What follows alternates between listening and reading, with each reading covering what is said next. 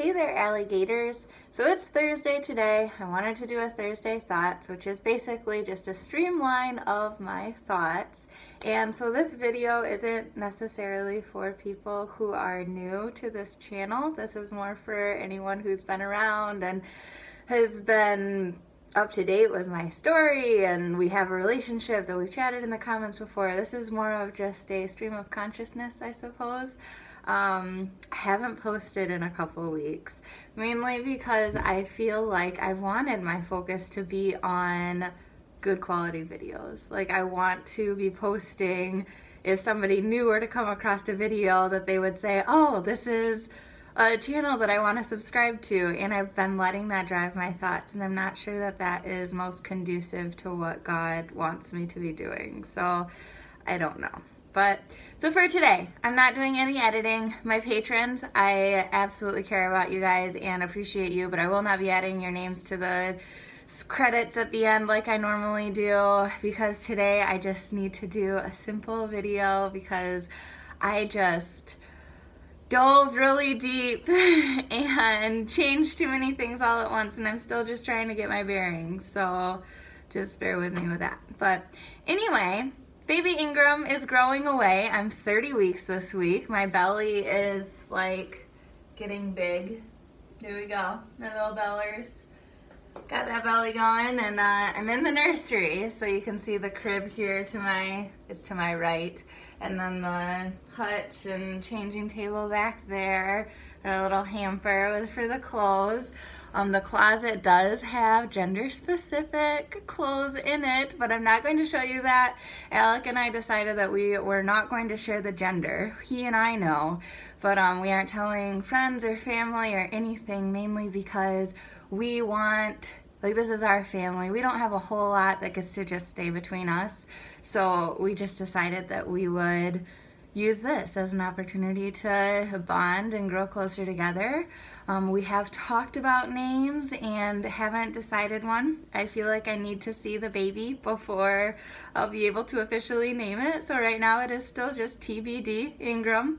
And but everything has been going really well. The clothing situation worked out well. My sister has 2 boys and a girl, and ended up, they are done for the foreseeable future, having children, Lord, like, if that's what the Lord wills.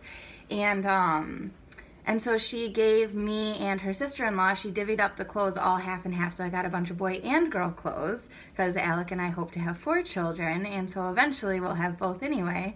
So the clothing situation worked out really well, because I've been budgeting, and we've been trying to be really good about not overspending on this baby. I got a whole hundreds of dollars worth of clothes for $50, because I just go onto Facebook Marketplace. I mean, probably $500 or more worth of clothes for $50. So it's just crazy how expensive baby clothes are brand new, and so I've been trying really hard to be a good steward of the money that we have and getting stuff secondhand. So definitely would encourage that for anybody else. Pregnancy is strange and weird to have a baby inside of me moving.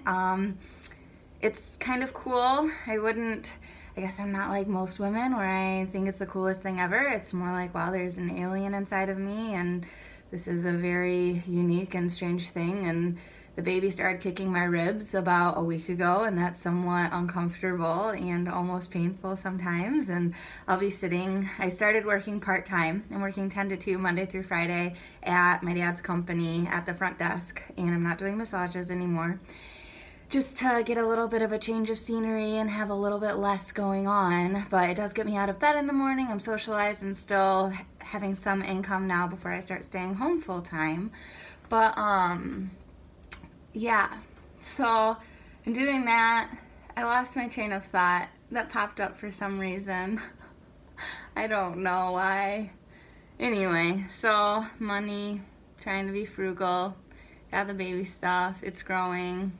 Had an appointment today, and the baby's healthy, and I'm growing well.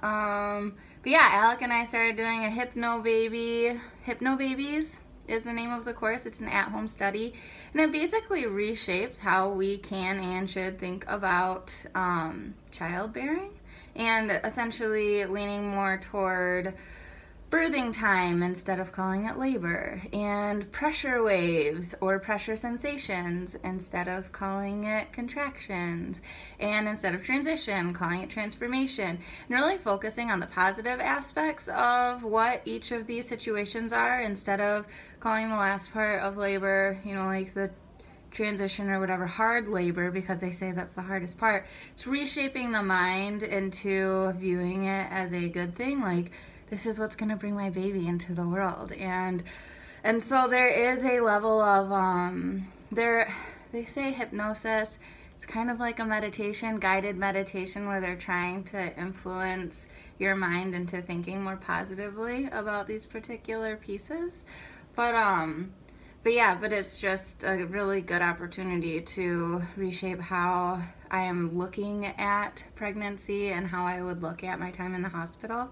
We are planning on a hospital birth, and so just allowing ourselves to be open to that and be open to, I would like to have a natural birth. That is our birth plan, so to speak. I know that we're going to do like the delayed cord clamping. We're not going to do the cord blood storage. It's way too expensive, and especially for our own baby, there are mixed reviews on whether it's even positive, because if the baby has cancer or something like that, the blood that's in the cord is going to have that DNA and genetic disposition anyway, so it wouldn't actually be able to heal itself. It would maybe be able to help another baby. If our hospital wants to donate the cord blood, by all means, feel free. But we will not be banking it for ourselves.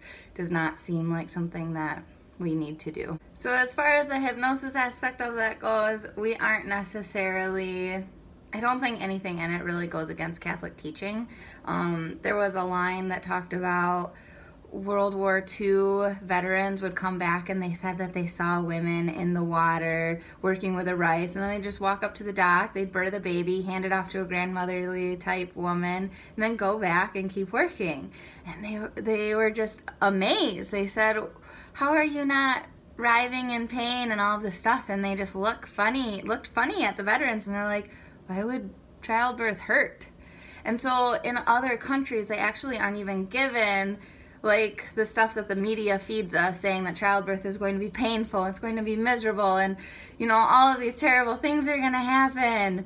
But then in these countries where that's not the case, it's actually just a beautiful experience. It's something that is, our bodies are designed to do it. We talk about Mary having a painless birth, and there are many women aside from just her who have had painless births, just because it's that focus on, this is like pressure sensations. They say that women vary in how severe their contractions actually feel, so it's all a matter of allowing our minds to view it in a positive light. Because if we view anything, if somebody comes up and jokingly punches you and you think it's gonna hurt, I know for me, I'll say ow, and say, that didn't even actually hurt. Why did I tense up and pull away and scream? It didn't hurt. And so I think that a lot of our predispositions and presuppositions to what we may feel inclined to think, this could go back into our dating conversation that we've had too, about how if you think that Catholicism is boring and it's going to turn someone away, that mindset is potentially going to feed into a conversation you would have. But if you think that Catholicism is the most life-giving thing that you could ever offer somebody, and it is the truth, and it's exciting, and it's reviving, and there's just energy within it, that's going to change how that conversation goes with another person. So just allowing positive thoughts to rule the day and allowing that to be the case. We're not having too many issues. We have a little bit of some, I feel very protective of this baby, and so there are people that want to be able to come see the baby in the hospital, but we're not planning on having hospital visitors.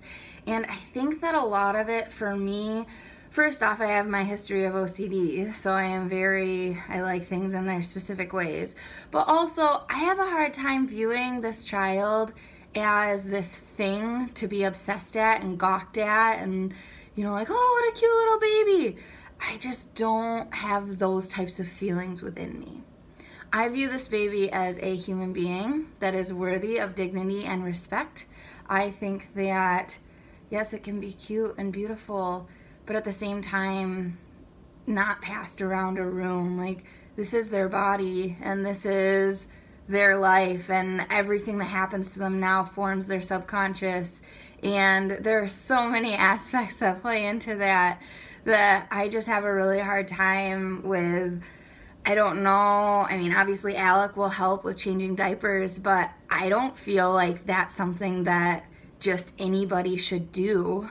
Like, yeah, hey, help me out here, go change this baby's diaper. No, that's their private parts, that's their body. And so I feel very protective of that. I feel protective in the sense of, you know, like pictures and stuff getting posted. I don't know. I might feel differently. I'm sure I'll post a couple, but I don't know if I'll necessarily bring the baby on for a full video or anything like that, because they can't have that choice. They can't say, yes, I would like to be, like, this whole media that we have of just overexposing our children is crazy. We can take photos, we can have our memory boxes within the family, but to overexpose the photos, there was one mom that I read recently who talked about how one of her children got the most likes, and one of the children, she had 3 or 4 children, I don't remember, but she posted them on Instagram all the time, and this one kid always got the least likes. And so she went on this tantrum about, he's gonna grow up being so insecure that he doesn't get most likes and all these things and blah, blah, blah. It's like, why would you start to let Instagram define your child's worth? Why are likes and views of your child so important? Stop posting them. If you really think it's gonna do damage to them, delete the account. Like, there's one thing to post a photo here or there, or, you know, introduce the baby to you guys, but it is not, I can't see myself being like, oh yeah, the baby, look at the baby, oh, it's so cute. I don't know, I don't have that personality. I don't really care for that approach either, because babies have feelings, you know, they just can't communicate them yet. And so we have a huge responsibility as parents to protect our child, to allow them space, to give them, you know, whatever it is that they need in the moment that they need it before they're able to communicate it. And well after they are able to communicate it, especially. And so it's going to be an interesting transition for us. I know that there are different dynamics in every family, so I am intrigued to see how these ones end up playing out, but taking life one bite at a time, as we alligators try to do, is always the best thing to do. And we'll just see. I'm sure that God has big plans for this little one, of course, just as he does for all of us. I mean, we can all be chosen to be guided into God's will and in his direction, or we can choose to go the other way. And but whatever we do, he's always going to be there if we willfully choose to turn back to him. So all I can do is pray for this little baby, and I will accept all the prayers that you guys are willing to send as well. And I'm thankful for the opportunity to be able to share this. I'm sorry that it has been a while since I have posted. I am well, the baby's doing well. I really felt like I just needed to get a video out there, even if it's not a formal welcome to the alligators type of video. I miss the days that I just recorded on my phone and uploaded straight to YouTube and just said, whatever, screw it. If this reaches one person, like, that's enough. And I like that approach. I still feel that approach. But there is a lot of infiltration, I think, that's happened on my subconscious level that says every video I put out has to bring in more subscribers. And that's not what I want this channel to be about. It never was. And so I need prayers too. I just need prayers for proper direction. I love doing the live rosaries with you guys.